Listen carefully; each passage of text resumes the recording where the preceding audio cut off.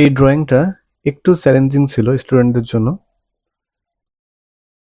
গতকাল ক্লাসে আমি দেখিয়েছিলাম কিভাবে একটা কাঠের অংশ বা গাছ, এটার যে টেক্সচার আছে এটার আউটলাইন এবং শেডিংটা কিভাবে করতে হয়। এখানে এই ছবিতে আপনারা দেখতে পাচ্ছেন একটা গাছের অংশ, একটা গাছ অথবা কোনো ডালের অংশ। তো এখানে শেডিং এর অনেক রকম ভেরিয়েশন আছে, যেমন কোথাও অনেক ফাটল আছে, মানে ফাটা অংশ, কোনো জায়গায় লাইট, কোনো জায়গায় ডার্ক। তো এই সব মিলিয়েই এই শেডিংটা ছিল। গতকাল আমি 23তম পেন্সিল স্কেচ কোর্সে আমি এই ছবিটা শিখিয়েছিলাম, একদম আউটলাইন থেকে শেডিং পর্যন্ত। আপনারা খেয়াল করলে দেখবেন বাম পাশে যে রেফারেন্সটা আছে একদম ওটার মতো করেই আঁকা হচ্ছে, যেদিকে অ্যাঙ্গেলটা আছে, পজিশন যেভাবে আছে।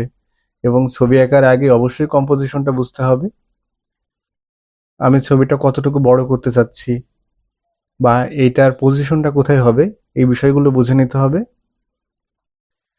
তো দেখেন বাম পাশে যে রেফারেন্সটা আছে ওটার মতোই হচ্ছে একই রকম ভাবে।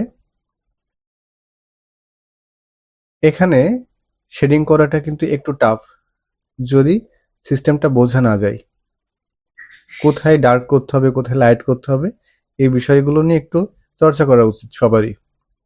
ছবিতে আলো ছায়ার ব্যবহারটাই কিন্তু মুখ্য।